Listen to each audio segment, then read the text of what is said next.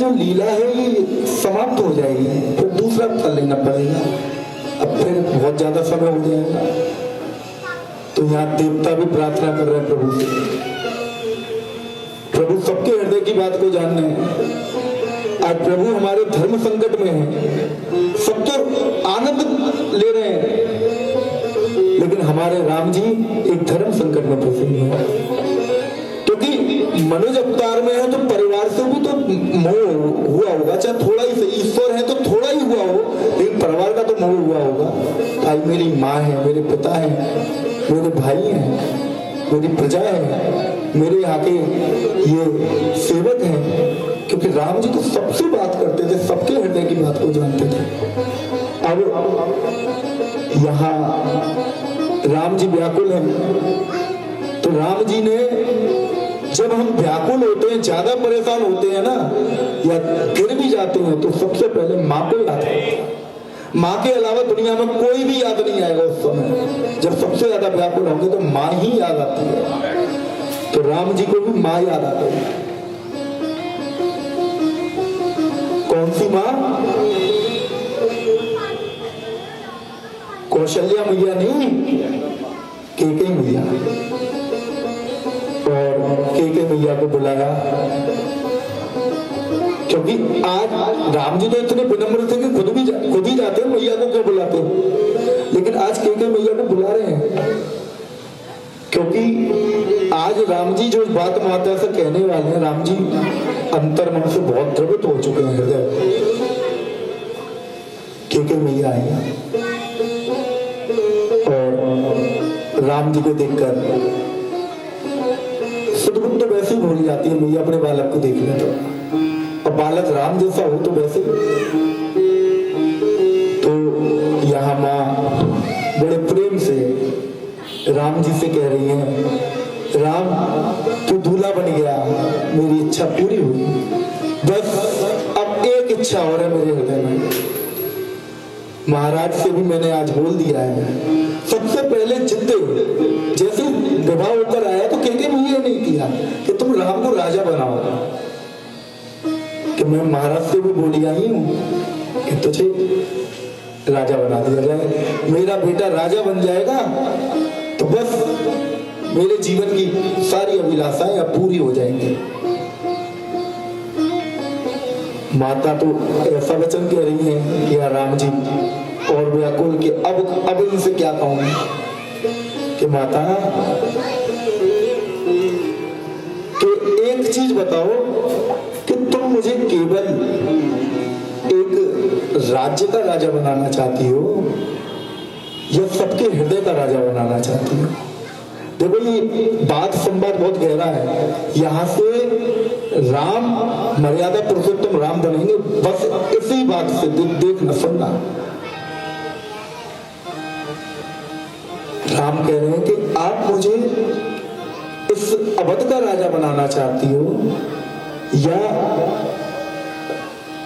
जितने भी धर्मात्मा इस पृथ्वी पर हैं उनकी हृदय रूपी अयोध्या का राजा राम बनाना चाहती हो? तो मैंने तो कहा कि भाई राम जी तो फिर बातों में तो उलझा ही ले, जगत पिता है, वो लीला ही तो कर रहे हैं बेटे की, लेकिन है तो वो जगत पिता। माता बोली हाँ लाला बात तो सही कह रहे हो तो मैया मुझे देखो, अगर तुम्हें संपूर्ण जगत का राजा बनाना है, सबके हृदय का राजा बनाना है, तो मैया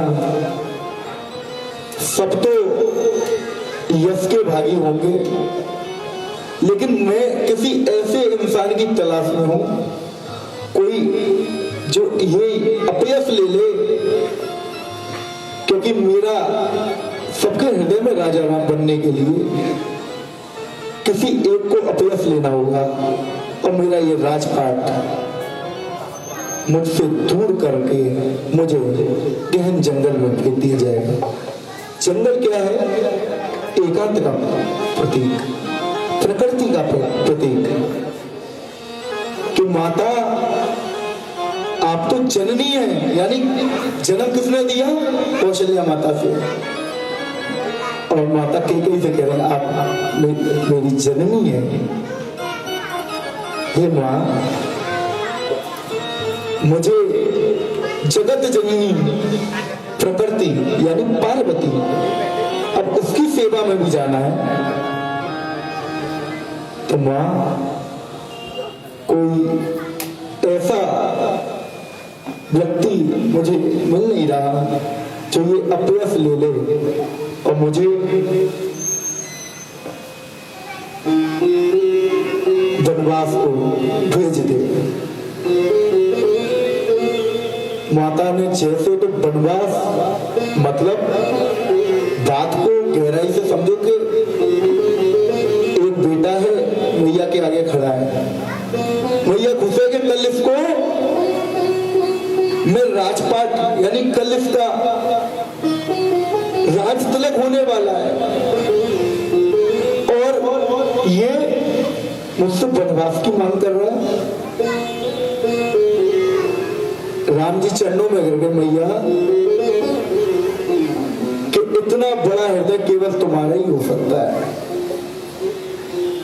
क्योंकि जिससे हम प्रेम करते हैं, अनंत प्रेम करते हैं, तो उसके लिए हम जीना मरना तो आम बात है।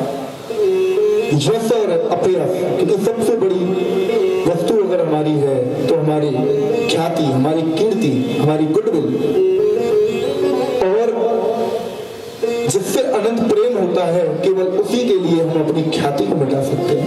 हम खुद को तो मिटा सकते हैं लेकिन अपनी ख्याति मिटने नहीं देते। आज जब